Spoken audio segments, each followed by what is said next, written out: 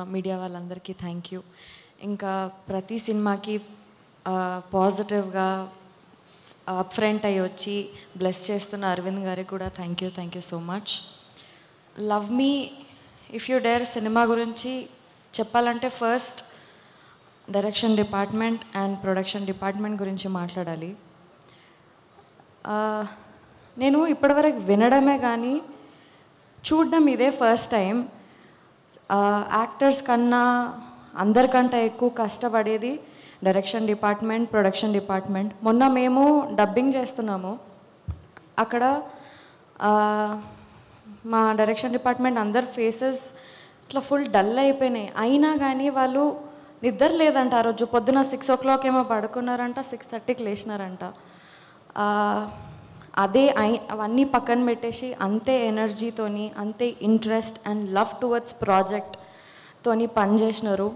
షూట్స్లో మనకన్నా ముందు వాళ్ళే ఉంటారు, షూట్స్ అయిపోయిన తర్వాత వాళ్ళే, మళ్ళీ షూట్ అయిపోయిన తర్వాత కూడా నెక్స్ట్ డే ఏముంది ఏం కదా అని చెప్పేసి ప్లాన్ చేసుకుంటూ వస్తారు.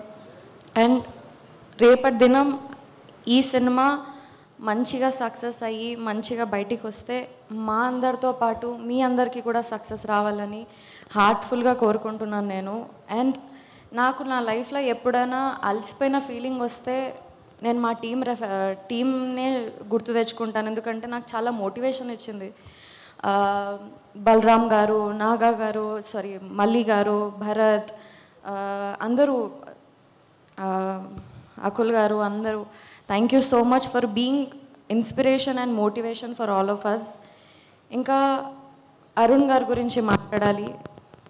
ఫస్ట్ ఆయన పర్సనాలిటీ గురించి చెప్పాలి నేను మీకు. మన లైఫ్లో మనకి జనరల్గా కొన్నిసార్లు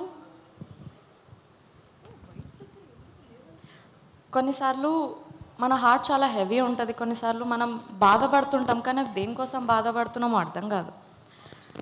ఆ టైంలో అరుణ్ గారి దగ్గరికి వెళ్ళి ఇట్లా అండి అని చెప్తే ఆయన మనం ఎందుకు బాధపడుతున్నాం, ఆ బాధకి రీజన్ ఏంటో కూడా క్లారిటీ ఇస్తారు.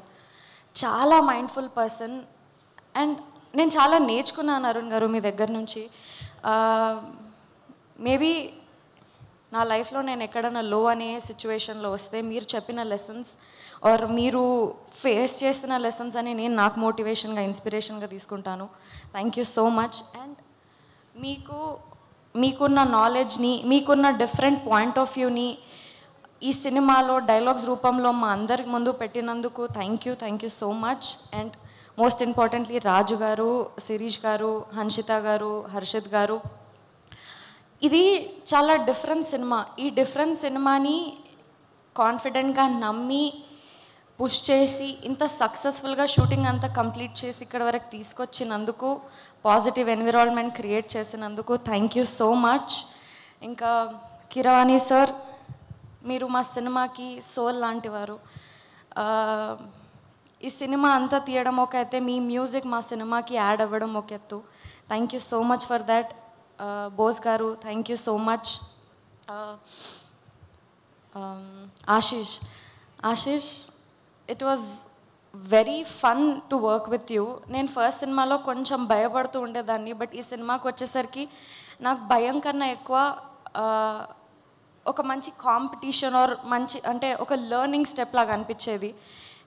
సెట్లో మేము పర్ఫామ్ చేసేటప్పుడు కూడా మేమిద్దరం రిహార్సల్స్ చేసుకొని మంచి అండర్స్టాండింగ్కి, డైలాగ్స్కి అన్నీ ప్రాపర్గా సెట్ చేసుకొని చేసేవాళ్ళం. You are a very good actor.